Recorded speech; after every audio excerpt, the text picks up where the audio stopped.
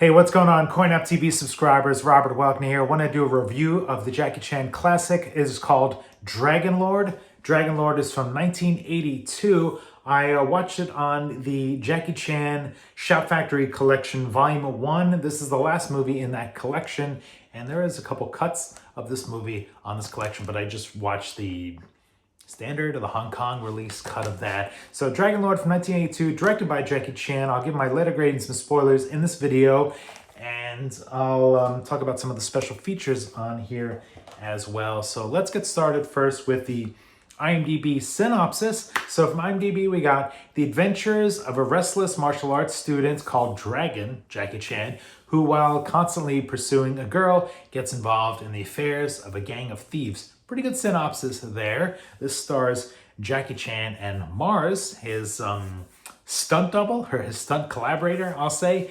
So here's some of my notes here. I wrote down Shenanigans and hijinx is the best way to describe this movie, at least for the first hour. It's all about Jackie and Mars trying to pick up girls and doing some sporting events like a hacky sack or a kill the carrier type competition in the beginning. That's, you might have, if you've heard of this movie, you've seen Dragon Lord before, you might have seen like this big tower and they have to climb up and they've got this ball and each person is carrying it, trying to get to their side to win the game. I didn't really understand all the rules, but I just kind of wrote the kill the carrier competition. Now, when it comes to the third act of the movie, that's when things really start to shine and show Jackie Chan's skill as a performer, a director, a fight choreographer, camera person. The third act is where this movie really like elevates and shines. The fight scenes inside the house, going up and down the stairs, are really pretty fun and entertaining. No punches are pulled here at all. It's brutal. The stunts in that little room or that warehouse or whatever that is, their barn that they're in, are all pretty intense. The punches, the kicks, everything very satisfying.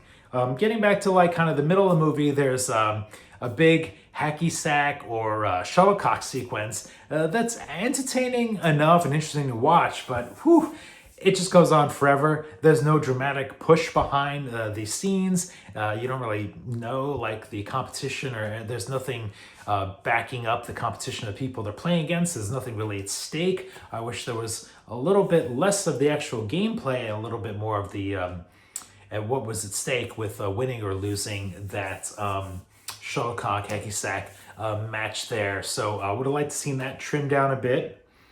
Let's see, getting on to like the Blu-ray image quality, looks nice. No like out of focus shots, nothing, no dark out of focus stuff at all going on here. It's the 80s now. The quality is sort of beefed up a bit. This starts with the Jackie Chan 1976 to 82. So once we get in the 80s, the footage looks nice and crisp and clear. It's improved for the cinematography and the blocking as well.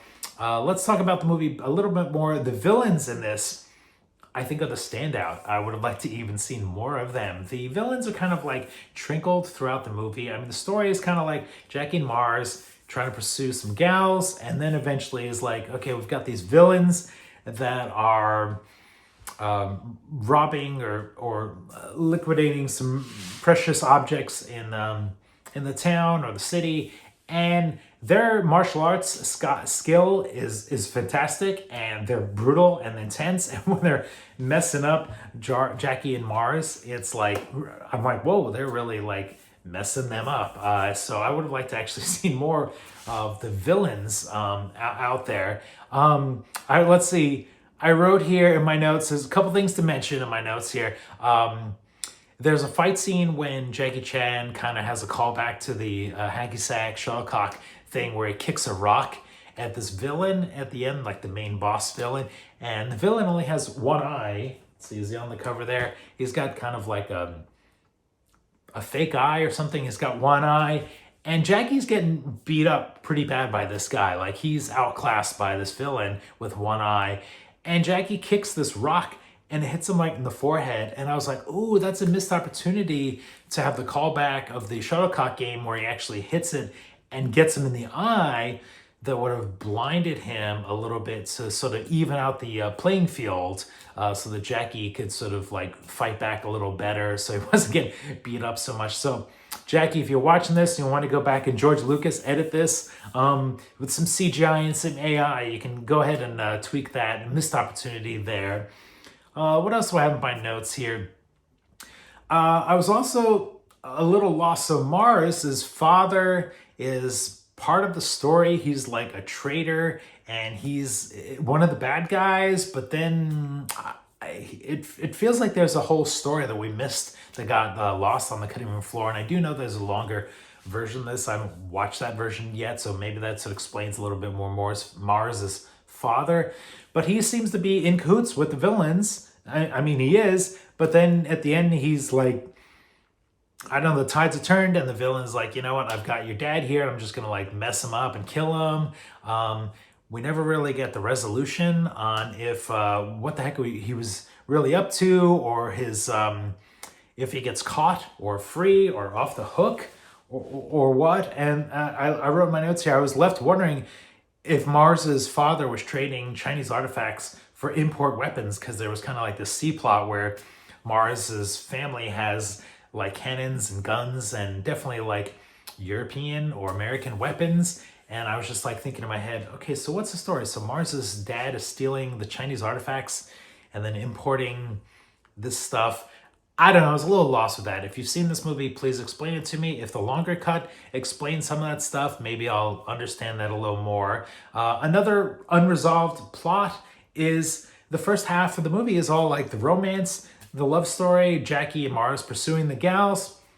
That just kind of drops. We never get to find out if Jackie gets the girl. So much of the suspense in the first half, and then it gets kind of tossed out the window in the second half. You know, I know that a lot of these Jackie Chan movies, martial arts movies, and Shaw Brothers movies are very disjointed, but if you're going to spend an hour pursuing a love interest and then just not give me anything at all, again, maybe this isn't a longer cut, I don't know, but there's some of my critiques there. So for letter grade Dragon Lord, I'm going to give it a D+. There's some really great stuff in the third act.